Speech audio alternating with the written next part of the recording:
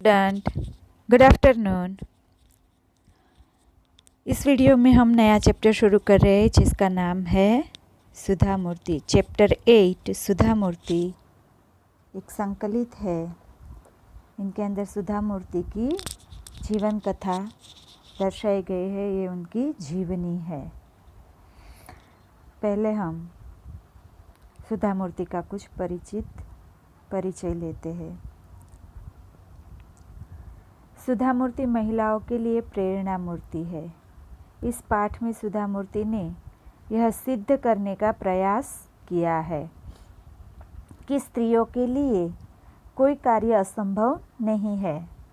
उन्होंने इंजीनियर के रूप में कार्य किया। बाद में संशोधन तकनीकी क्षेत्र, चिकित्सा, लेखन के क्षेत्र में बड़ा योगदान दिया।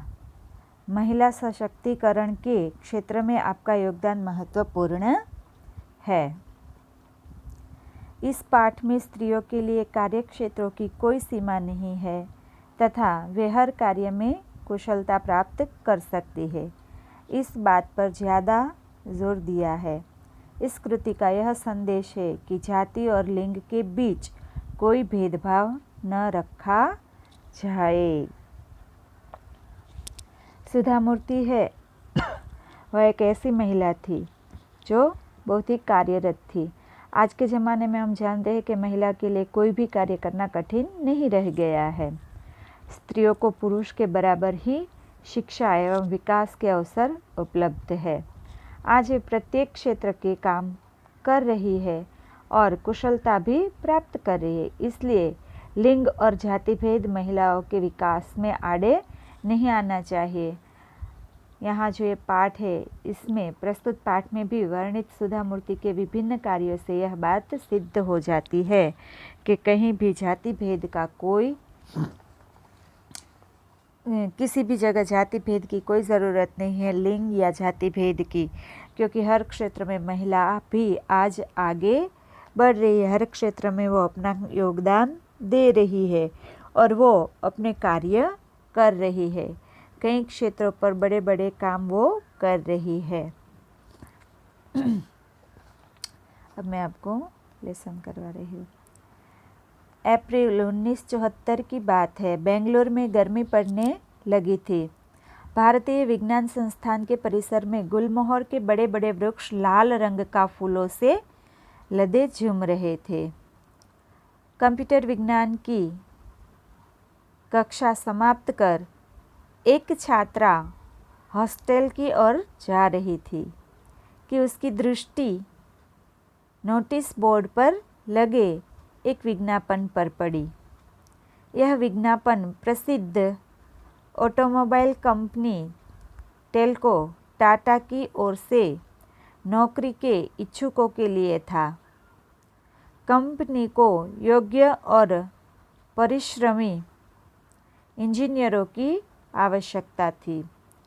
चौंकाने वाली बात थी, छोटे अक्षरों में लिखी अंतिम पंक्ति जिनमें लिखा था, महिला उम्मीदवार आवेदन ना भेजे।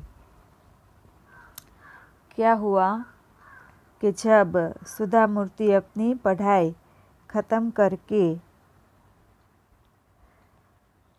कॉलेज से बाहर आकर अपने हॉस्टल की ओर जा रही थी। सन 1974 की बात है ये। बेंगलुरु के भारतीय विज्ञान संस्थान की छात्रा सुधा मूर्ति जो थी वो सुधा कुलकर्णी थी। पहले क्या थी? सुधा कुलकर्णी।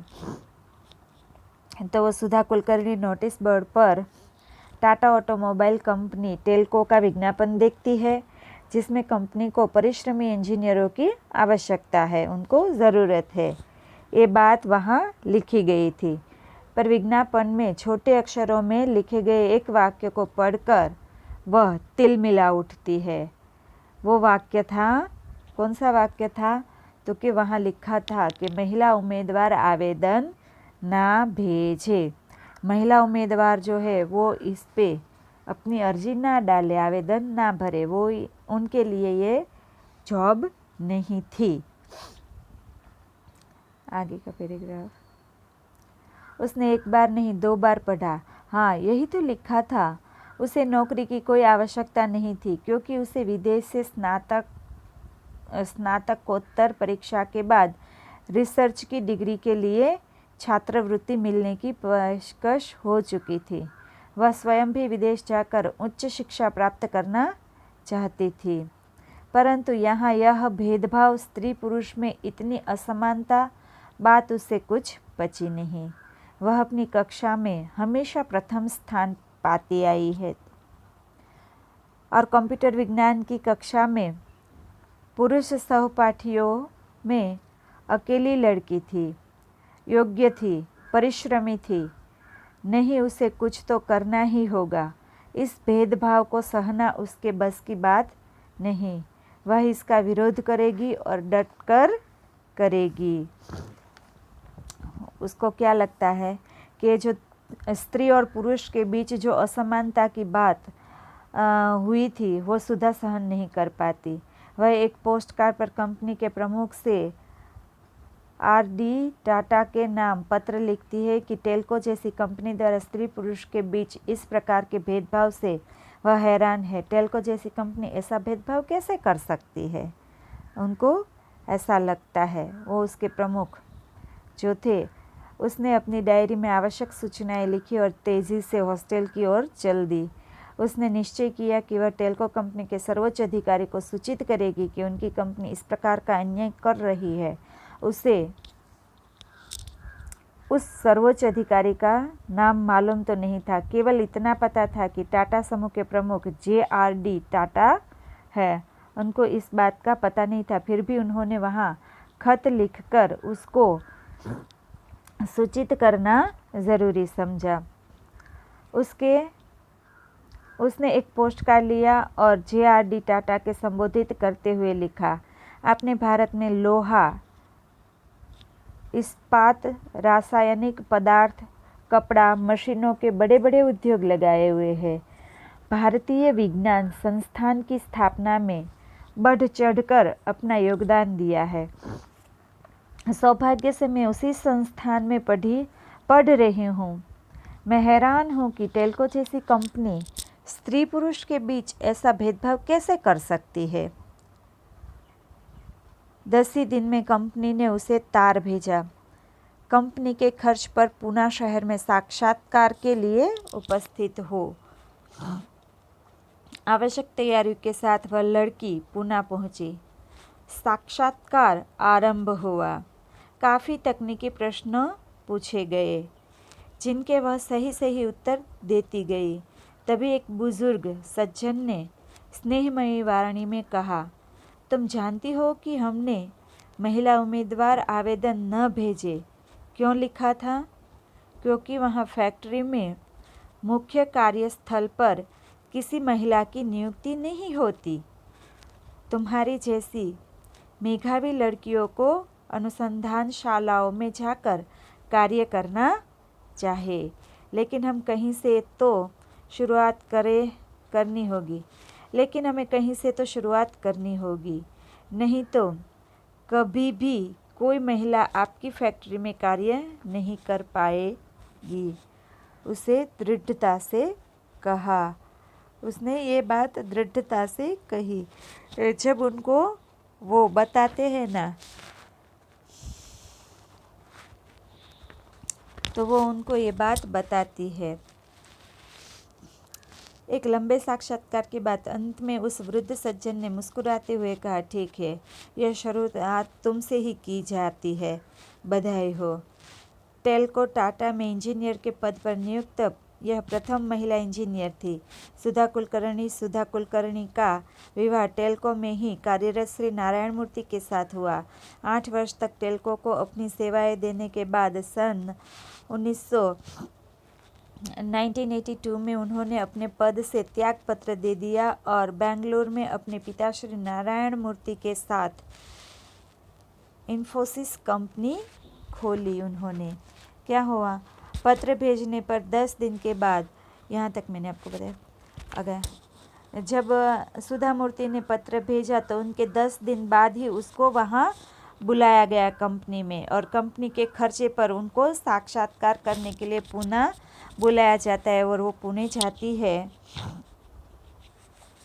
में जाती है और उनका वहाँ साक्षात्कार होता है ना, जिन्होंने बुलाया था।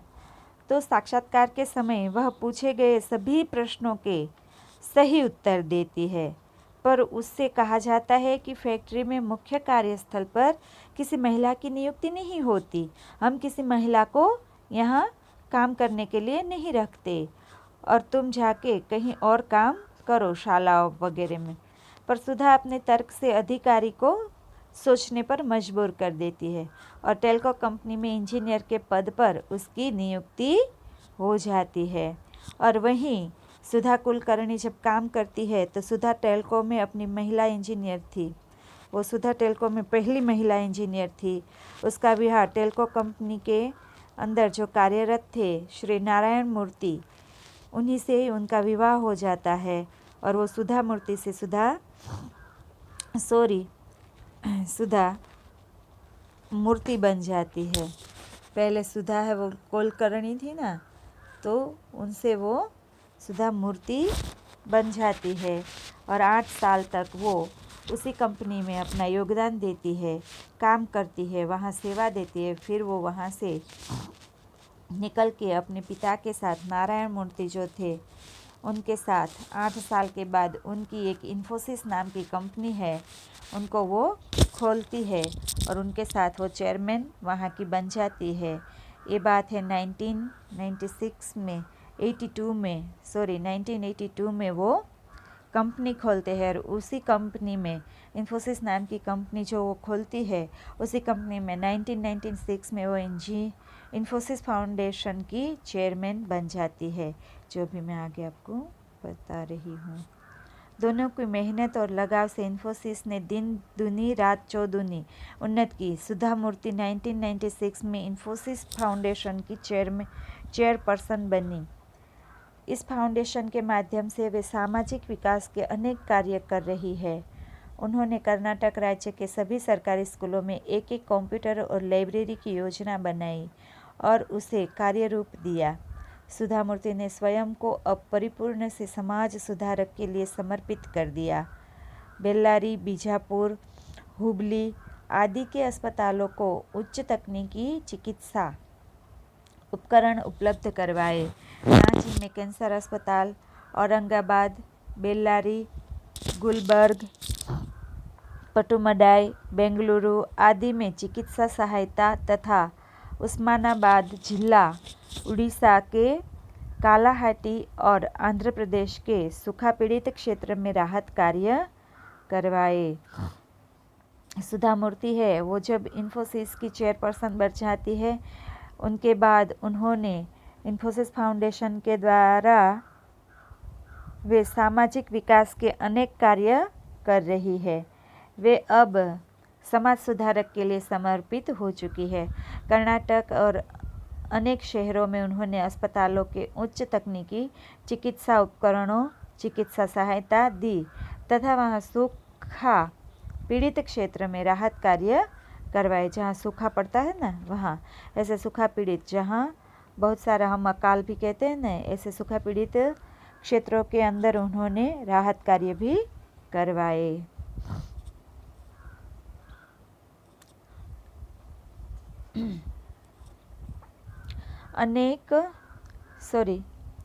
अगला पैराग्राफ। उनके अथक प्रयास से कर्नाटक के 800 से अधिक गांव में कंप्यूटर शिक्षा पर करोड़ रुपया लगाया गया और 3000 से अधिक पुस्तकालय खोले गए। उन्होंने गरीब बच्चों को सहायता दी, स्कूलों की इमारतों का निर्माण करवाया, अधिकतम अंक लाने वाले बच्चों को छात्रवृत्ति दी और गांव में लगभग 300 कंप्यूटर वितरित किए।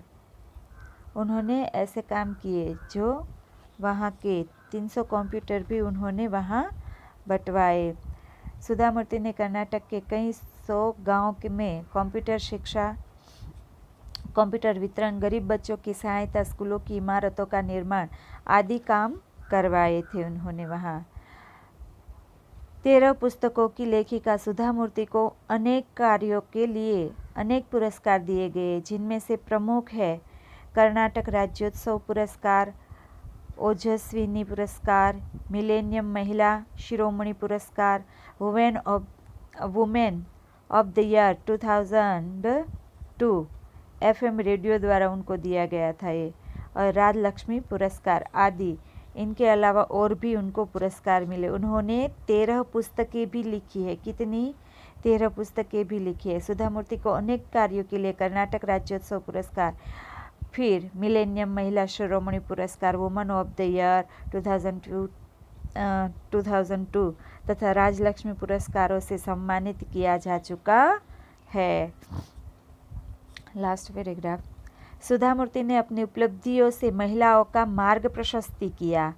आज इंजीनियरिंग महिलाओं में पढ़ने वाले छात्रों में से 50% संख्या लड़कियों की है।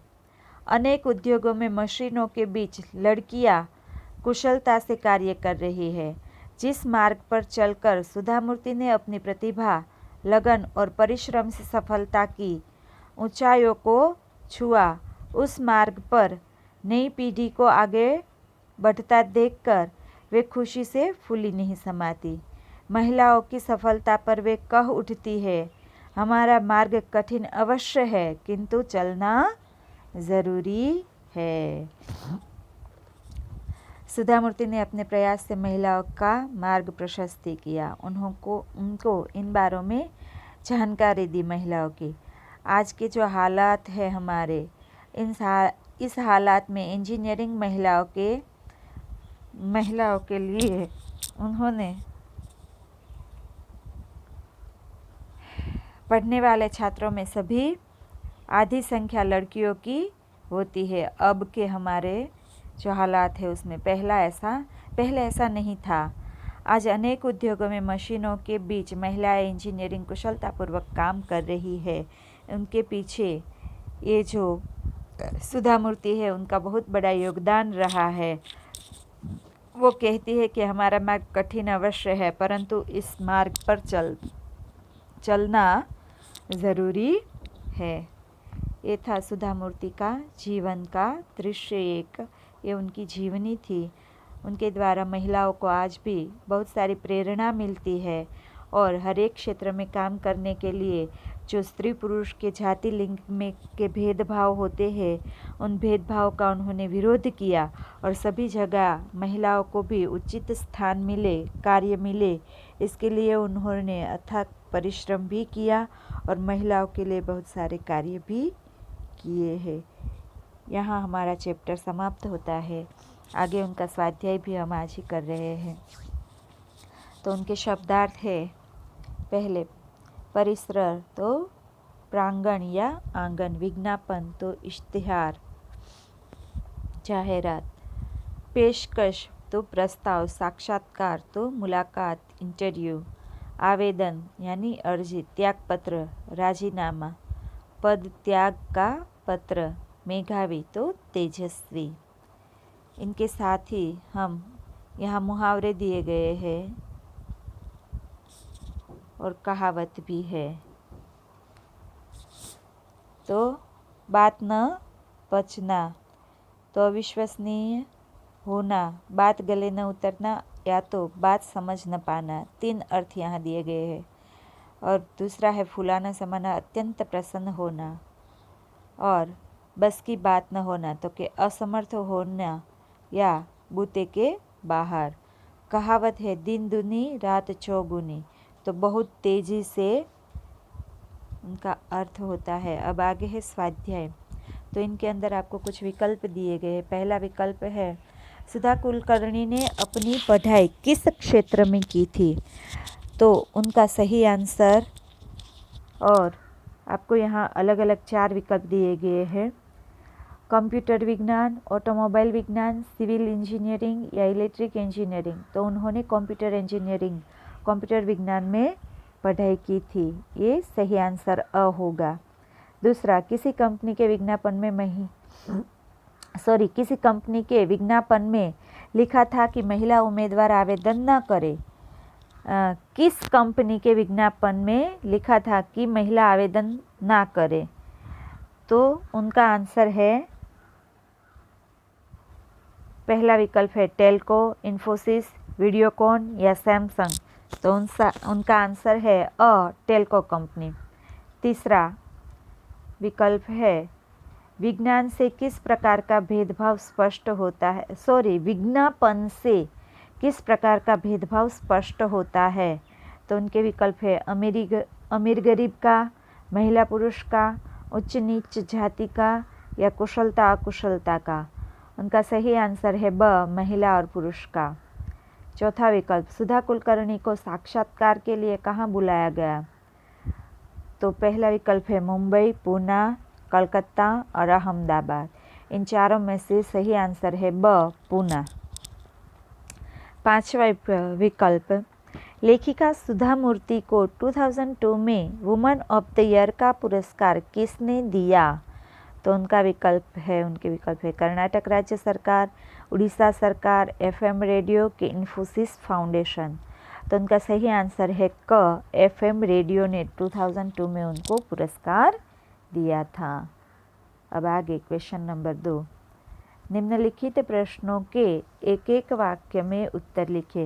ये सारे क्वेश्चन आंसर है, हमें जो आज ही करने हैं 9 तक, इनके आंसर यहाँ पर लिखे हुए हैं। तो पहला जो क्वेश्चन है,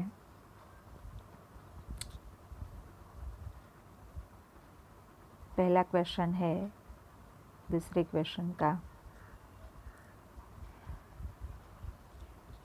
टेल्को कंपनी का विज्ञापन किस पद के लिए था? तो उनका आंसर है इंजीनियर पद के लिए था। दूसरा, विदेश जाकर सुधा किस क्षेत्र में पढ़ाई करना चाहती थी? रिसर्च की डिग्री के लिए विदेश जाकर उच्च शिक्षा प्राप्त करना चाहती थी। तीसरा, विज्ञापन की अंतिम पंक्ति पढ़कर सुधा के मन में क्या विचार आया? तो उनका आंसर है, उसे विचार आया कि यह तो स्त्री पुरुष के बीच की असमानता की बात है, इस भेदभाव को सहना उसके बस की बात नहीं है, वह इसका डटकर विरोध करती।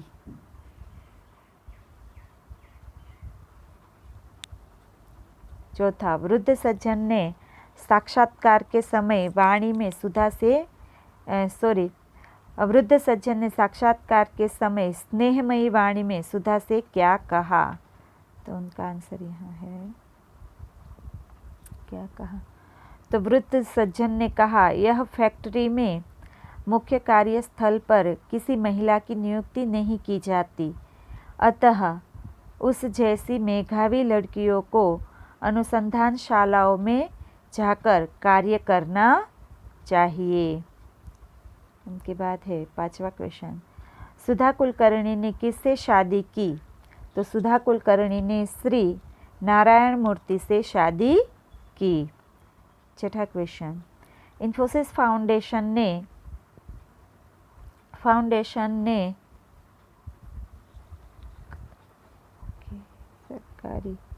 कनिएक के सरकारी स्कूल के लिए क्या किया? इन्फोसिस फाउंडेशन ने कर्नाटक के सरकारी स्कूलों के लिए क्या किया? तो उनका आंसर है, इन्फोसिस फाउंडेशन ने कर्नाटक राज्य के सभी सरकारी स्कूलों में एक कंप्यूटर की योजना बनाई और उसे कार्यरूप दिया। सातवां क्वेश्चन, सुधा मूर्ति नहीं महिलाओं की सफलता पर क्या कह उठी?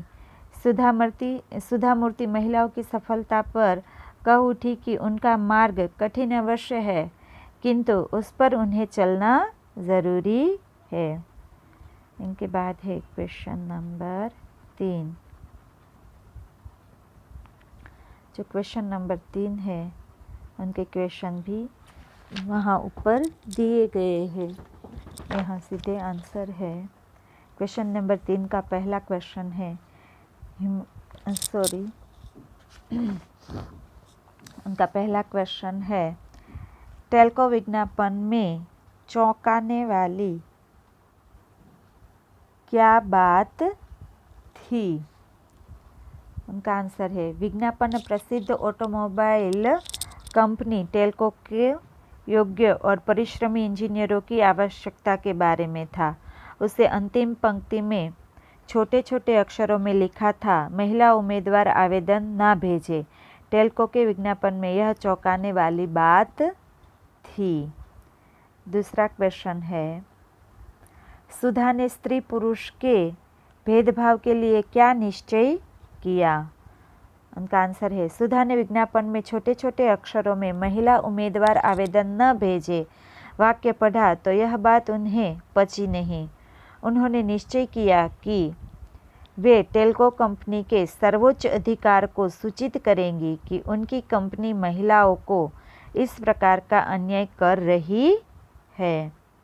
आगे तीसरा क्वेश्चन है, सुधा और नारायण मूर्ति ने इन्फोसिस फाउंडेशन द्वारा क्या क्या कार्य किए? तो सुधा और नारायण मूर्ति ने इन्फोसिस फाउंडेशन द्वारा सामाजिक विकास, समाज सुधार तथा राहत कार्य के अनेक कार्य किए। उन्होंने सरकारी स्कूलों में एक कंप्यूटर और लाइब्रेरी योजना को कार्यरूप दिया। अनेक अस्पतालों को चिकित्सा उपकरण उपलब्ध करवाए। अनेक शहरों में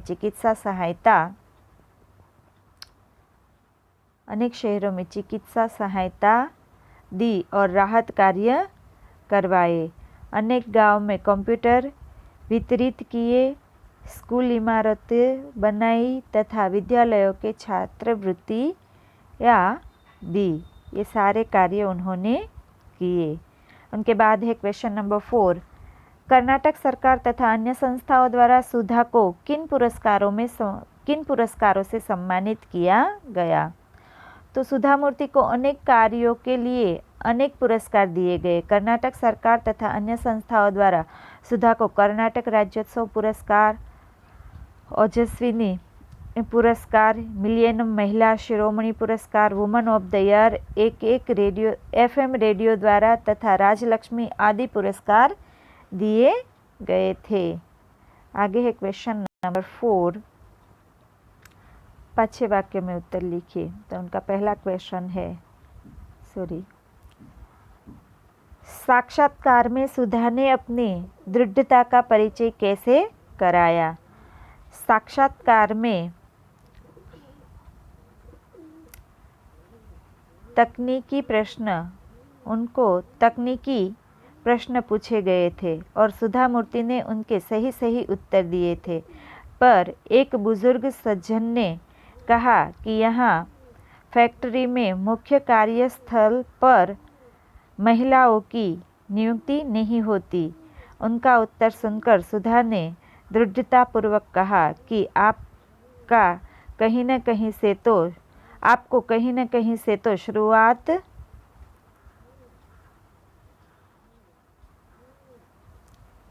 शुरुआत करनी होगी, वरना आपकी फैक्ट्री में कभी भी कोई महिला काम नहीं कर पाएगी। और सुधा को उस कंपनी में इंजीनियर के पद पर नियुक्त कर दिया गया। उनके बाद है दूसरा क्वेश्चन, सुधा के स्थान पर आप होते तो क्या करते? उनका आंसर है, आज की नारी प्राचीन नारी नहीं रह गई। प्राचीन काल में महिलाओं के लिए विभिन्न कारणों से शिक्षा और विकास के अवसर उपलब्ध नहीं थे। वह पुरुष प्रधान समय था। तब महिलाओं के लिए बहुत कम क्षेत्र उपलब्ध थे। इसलिए लोगों की धारणा बन गई थी कि महिलाएं कुछ निश्चित कार्य ही कर सकती है।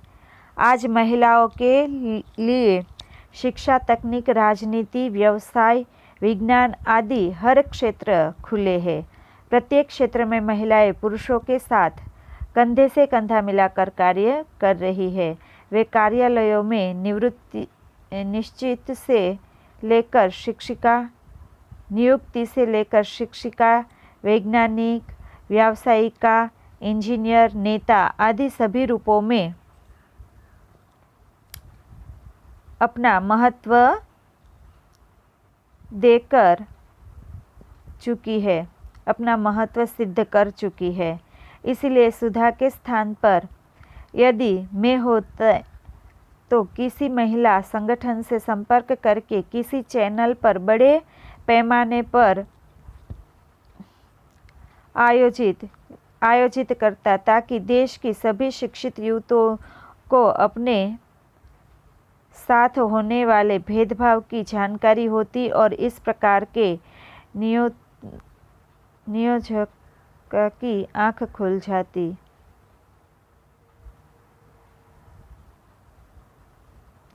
आगे क्वेश्चन नंबर 3, सुधा मूर्ति महिलाओं के लिए किस प्रकार प्रेरणा मूर्ति है? उनका आंसर है, सुधा मूर्ति एक साहसी और दृढ़ संकल्प वाली महिला है। वे समाज विकास तथा समाज सुधार के पूर्ति समर्पित है। महिलाओं के प्रति अन्याय उन्हें सहन नहीं होता। टेल्को टाटा की ओर से इंजीनियरों की आवश्यकता वाले विज्ञापन में महिलाओं के लिए आवेदन न करने वाले वाक्य के खिलाफ उन्होंने आवाज़ उठाई और टेल्को में इंजीनियर के पद पर पहली महिला के रूप में उनकी नियुक्ति हुई। उसके बाद उन्होंने अपनी पति नारायण मूर्ति के साथ इन्फोसिस जैसी कंपनी की स्थापना की। वे इन्फोसिस फाउंडेशन की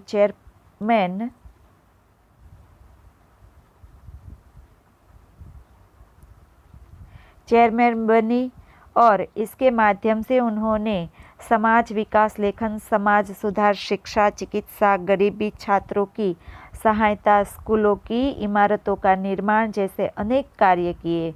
उन्हें अनेक पुरस्कारों से सम्मानित किया गया है। इस प्रकार सुधा मूर्ति महिलाओं के लिए प्रेरणा मूर्ति बन गई है। आगे क्वेश्चन नंबर 5 है, जिनके अंदर पर्यायवाची शब्द है। पहला शब्द है परिसर, तो उनका आता है प्रांगण।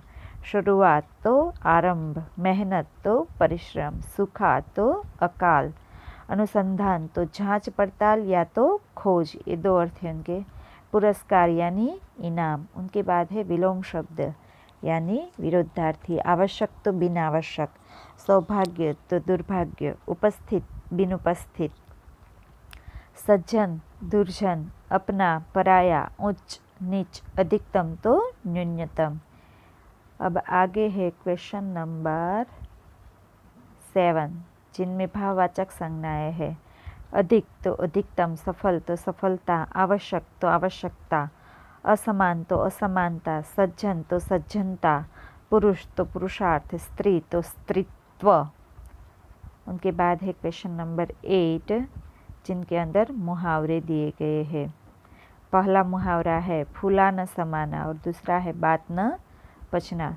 तो पहला मुहावरा है फूला न समाना, उनका अर्थ है अत्यंत प्रसन्न होना। उनका वाक्य है परीक्षा में अच्छे अंक पाने पर परीक्षार्थी फूला न समाया। दूसरा है बात न पचना, तो उनका अर्थ है बात गले न उतरना या तो बात समझ न पाना। और भी एक अर्थ है उसका अविश्वसनीय होना, जो यहाँ नहीं लिखा है।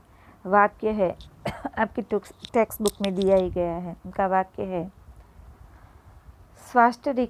स्वास्थ्य ठीक रखने के लिए लंबे समय तक उपवास रखने की बात मरीज को न पची। मरीज की समझ में ये बात नहीं आती। अब आगे है क्वेश्चन नंबर 9, निम्नलिखित कहावत का अर्थ समझिए। तो क्वेश्चन नंबर 9 है, उनमें कहावत दी गई है। कहावत का अर्थ है, कहावत है दिन दूनी रात चौगुनी। उनका अर्थ है भरपूर उन्नति होना या तो बहुत तेज़ी से उन्नति करना। ये उनके अर्थ थे। तो बच्चों, आज का हमारा वीडियो यहीं तक रहेगा। अगले वीडियो में हम नया चैप्टर करेंगे। Okay, thank you student.